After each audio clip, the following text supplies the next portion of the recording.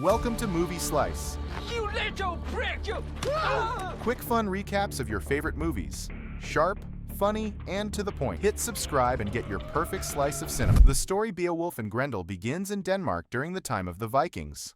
On top of a mountain, a giant is playing happily with his young child, a little troll. Suddenly, the chief of a Denmark tribe arrives with his men on horseback, planning to kill the giant. But before they can reach him, the giant spots them from a distance. To protect his child, he quickly picks him up and runs toward the other side of the mountain. However, the chief and his men surround him. The giant hides his child on the slope of the mountain and then tries to scare the men away instead of fighting, hoping they will turn back. But the men do not leave. They attack him with arrows, spears, and burning torches. The giant loses his balance and falls from the mountain, dying instant. From his hiding place, the little troll watches everything in silence. Then the chief walks to the edge of the mountain and removes his mask. When he looks down, he spots the young troll. For a moment, he considers killing the child too, but because it is only a baby, he decides to leave it alive. Without telling his men, he turns back and rides away. The small troll then climbs down the mountain. Near the sea, he finds the lifeless body of his father. He tries to drag the body away from the crows and vultures, but it is far too heavy for him. Finally, he uses a sword to cut the body into pieces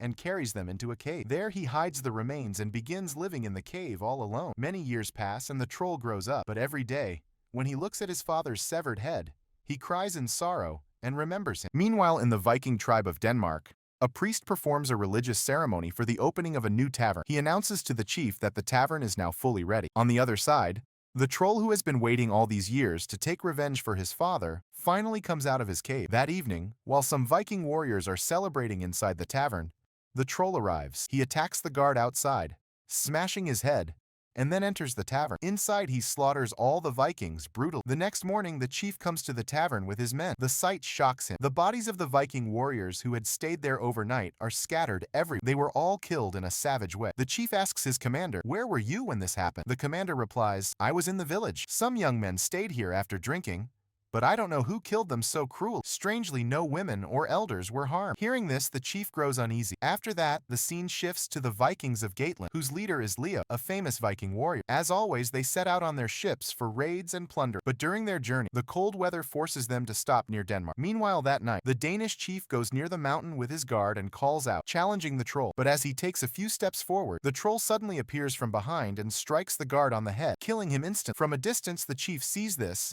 and charges forward with his sword. But before he can reach him, the troll runs away. The chief cannot understand why the troll never fights him directly and only kills his guards before escaping each time. The next morning, the whole tribe gathers at the place of the killings. The chief's wife says to him, "Many of our Viking men have been killed. What will happen to their widows now? If this continues, soon only widows will remain in the village." The chief has no answer and no solution. Out of shame, he stays silent. Later, his wife goes to Lena, a woman who lives alone outside the village on the mountain. She asks her, "You can see death before it comes. Tell me, will my husband die the same way?" Lena replies, "You all cast me out of the community, calling me corrupt, and now you come to me asking for help." The chief's wife says, "What happened to you was not my fault." Lena answers, "It makes no difference now. As for your husband, he will not die at the hands of the troll." Hearing this, the chief's wife quietly returns home. Meanwhile, the Vikings of Gateland under the leadership of Leo advance with their ship and land near the settlement where the tribe of Denmark lives. When a Danish horseman soldier sees them, he warns, "This land also belongs to Vikings. If you came here to raid,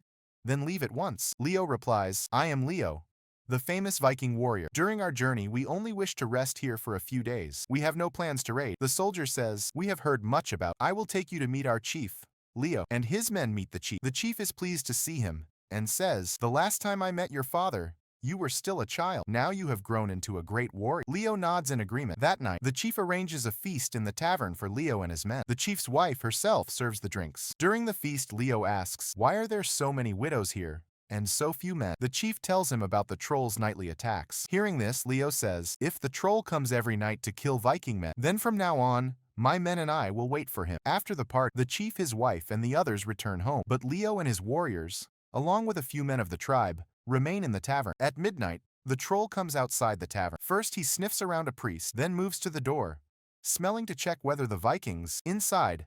Leo and his warriors realize the troll has arrived and quickly prepare for battle. But the troll senses that the warriors inside are not local Vikings. Instead of entering, he urinates on the closed door. When the Vikings inside rush out to attack, the troll has already vanished into the night. The next morning, The chief says to Leo, "It is strange that no man was killed last night." Leo replies, "Yes, the troll came to the door, but instead of fighting, he urinated and went away." After this, Leo sets out with some of his own men and a few from the tribe to search for the troll in the hills, hoping to kill it. But after searching many places, they fail to find him, so they return to the village. A little later, Leo goes alone to meet Alina, who lives outside the village near the mountain. He says to her, "I have heard that you can see death before it comes." Lina answered, "Yes, and I have also heard that you are the famous Viking warrior." Leo, "But why have you come here?" Leo says, "I want to know how many deaths will happen in this fight between the troll and the Vikings, and if the troll will die or not. It is important to know because I want to protect your people." Lena says, "I am not one of these people. When I was still a child, the chief's nephew brought me here and forced me into a life of shame. As for your question, yes,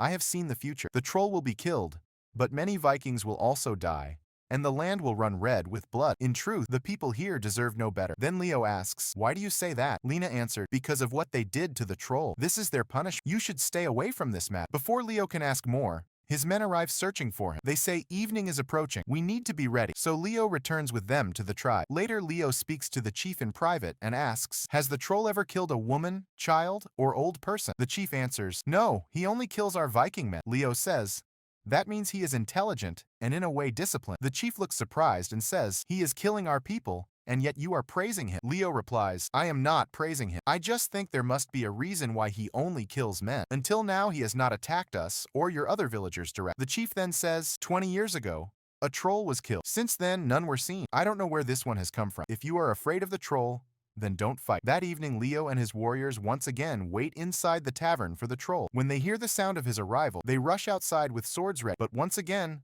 the troll is nowhere to be seen. Disappointed, they turn back toward the tavern. At that moment, the troll quietly slips out from behind the rocks and heads back to his hiding place. The next day, Leo once again goes to see Lena and asks her, "Tell me, how can the troll be killed?" Lena replies, "Why don't you just return home with your men?" Leo answers, "Before I leave, I must know how people can be freed from this troll." Then Lena takes him into her hut and throws her fortune-telling bones to try to find an answer. At that moment, Leo hears the troll's voice outside. He rushes out, but the troll, seeing him, runs away. Leo jumps on his horse and chases after it. Before he can reach it, the troll climbs up the mountain. Lena also follows and arrives there. Leo calls out to the troll, "If you have courage, come face me. Why do you keep running away?" The troll answers in its own tongue. Lena understands and tells Leo, "The troll says his fight is not with you and your men have not harmed him, and that is why he has never attacked you." Hearing this, Leo is surprised and returns with Lena to her hut. There he asks, "Then why does he keep roaming around here?" Lena explains, "The chief's nephew once forced me into a sinful life, but he died in my bed. People blame me for his death and cast me out of the tribe. Since then,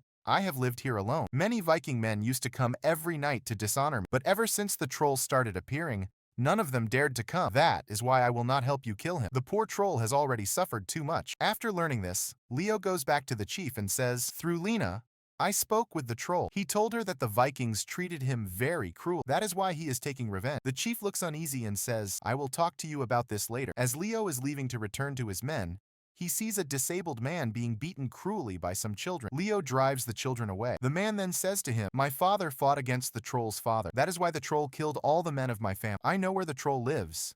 You and your warriors can go there and kill him." Hearing this, Leo and his warriors set out by boat toward the mountain where the troll's cave lies, with the disabled man guiding them. They land near the shore and climb up the mountain until they find the only entrance to the cave. One Viking tries to climb down, but his foot slips. The others quickly pull him back up. After that, none of them have the courage to go inside. Instead, they urinate near the cave entrance and begin returning to their boat. But suddenly, from beneath the water, the hidden troll lunges at the Viking who had urinated near his cave, trying to kill him. But his companions strike quick, forcing the troll to retreat back under the water. The Viking's life is saved. After this, the group goes back to the tavern and waits all night for the troll. But this time, the troll does not dare to enter. The next morning, Leo steps outside and sees that the troll has killed the crippled soldier who showed them the way to the cave. Shocked, Leo and the Vikings decide to return to the troll's cave, but this time they use the robe to reach the cave entrance. When they enter, they find strange things scattered around. One Viking breaks the skull of the troll's father and urinates on it. The troll is not there at the time, but when he returns and finds the broken skull, he immediately understands who entered his cave. Seeing the insult to his father,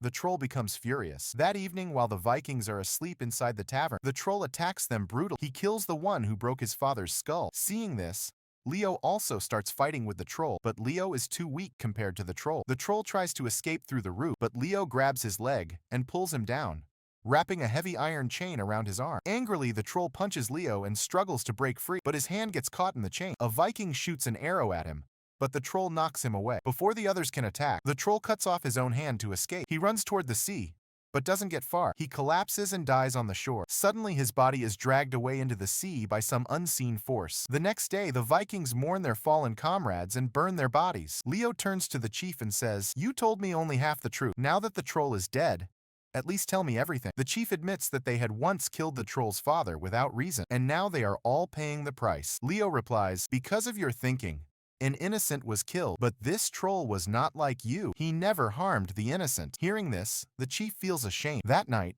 the Vikings hang the troll's severed hand in the tavern and celebrate, believing the troll is finally dead. Afterwards, most of them return to their home. Leo goes to see Lena. She tells him, "As I said, the troll is gone, but you still have more wounds to suffer." She then reveals her past. Years ago, the troll had come to her. He had been with her once, but after that, he never touched her again. Strangely, the Vikings stopped harassing her. She also says, "Lo, he was not evil. He only carried the pain of his childhood." While talking, Lena and Leo grow closer and end up in each other's arms. At midnight, the troll's mother storms into the village.